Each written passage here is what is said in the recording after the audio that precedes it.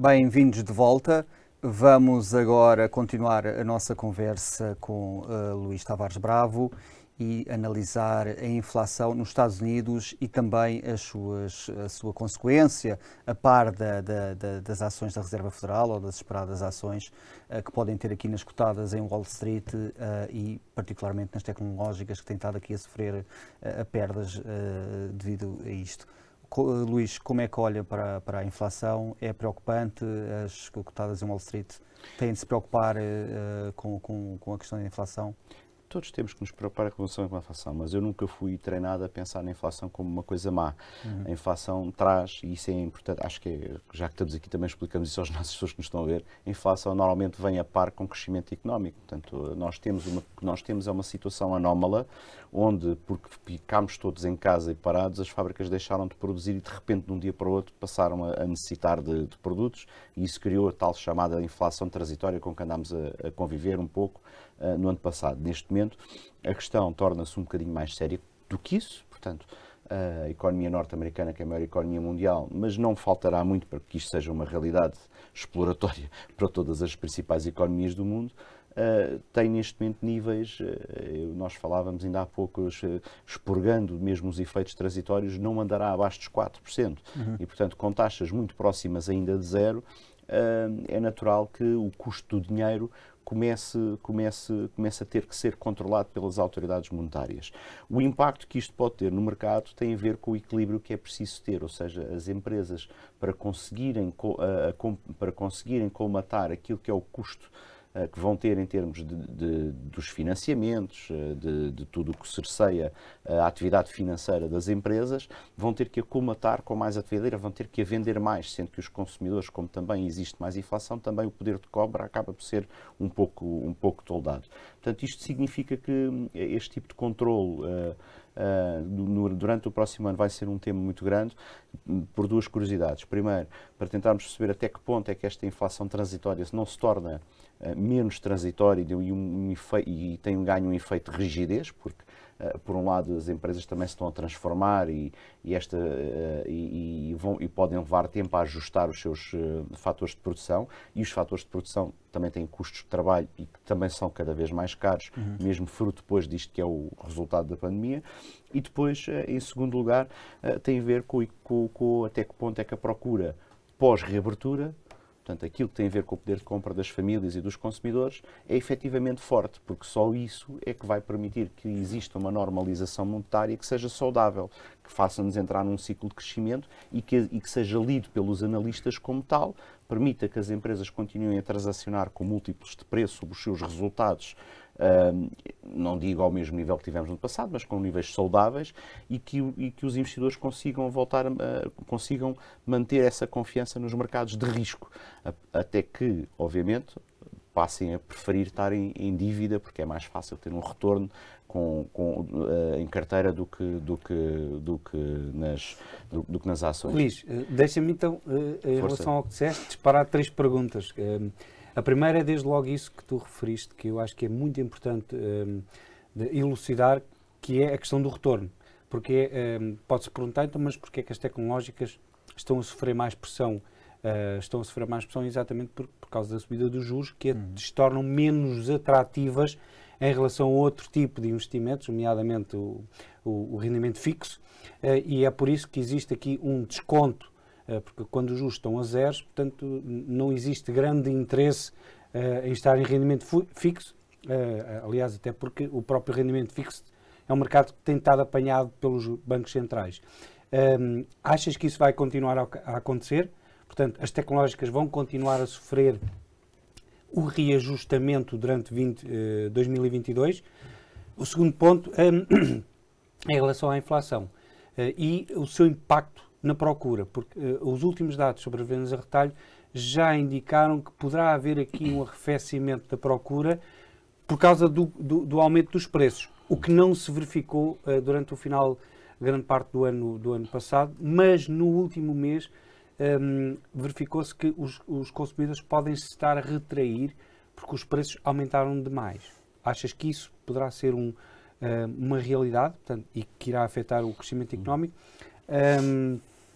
E por fim, o que é que tu achas que a Fed poderá, qual é que será a flexibilidade da Fed se isso se concretizar? Ou seja, se a economia realmente tiver aqui um soluço devido à menor procura.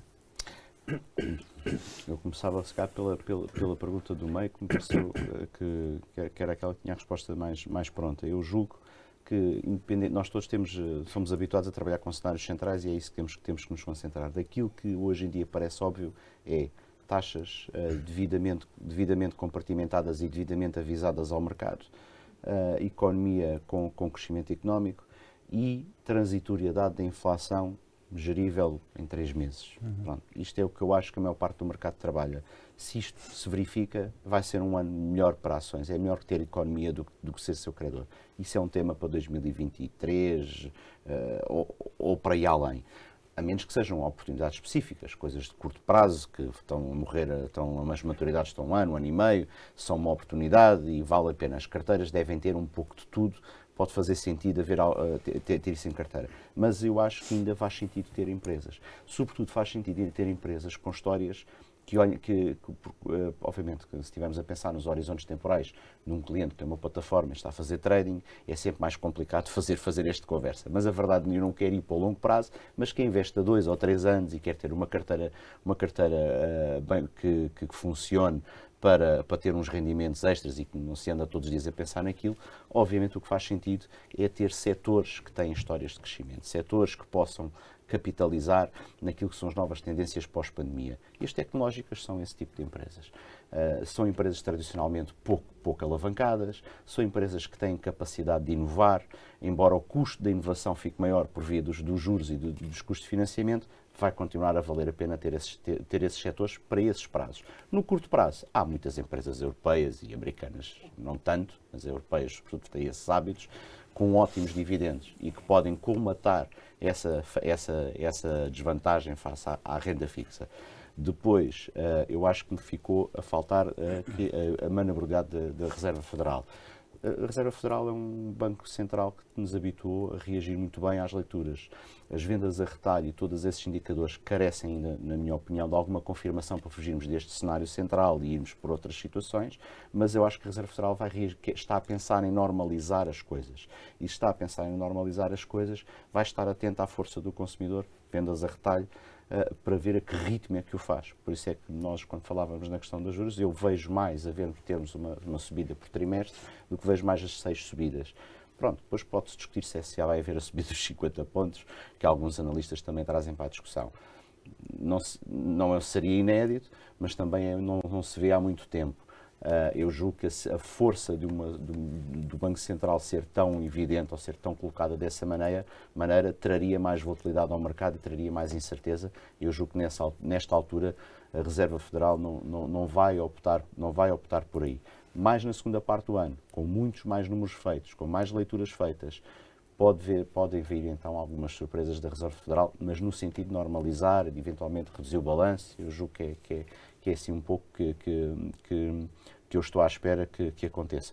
Obviamente, com tanta coisa experimentalista que acontece no primeiro trimestre ou no segundo, com volatilidade, isto pode modificar-se. Nós podemos, se tudo correr bem, estar daqui a um trimestre aqui sentados e estarmos a falar, algumas coisas mudaram, mas nesta fase, com a informação que existe, empresas fortes, taxas de juros controláveis e ainda muita transitoriedade dentro da narrativa da inflação, eu julgo que os mercados ainda vão, no final do dia, reagir mais para o lado do risco e das ações do que para uma inversão em estratégia de investimento para dívida, mesmo que seja com taxas variáveis. Luís, obrigado pela tua participação. Teremos com certeza mais oportunidades para estares presente aqui connosco em estúdio. Eu agradeço. Obrigado. Vamos agora passar para o número da semana e o número escolhido são os 117 deputados eleitos pelo PS nas eleições legislativas. Surpreendentemente, o PS venceu com maioria absoluta, algo que ninguém estaria à espera, dadas as sondagens das últimas semanas. Na segunda posição, o PSD e depois também o Chega tornou-se a terceira força política, com 12 deputados eleitos, e a Iniciativa Liberal, com 8 deputados eleitos, é a quarta força política. Bloco e PCP também perderam muitos deputados e o PAN só conseguiu eleger um deputado, enquanto o CDS não conseguiu eleger nenhum. Marco, vamos agora passar para a personalidade da semana?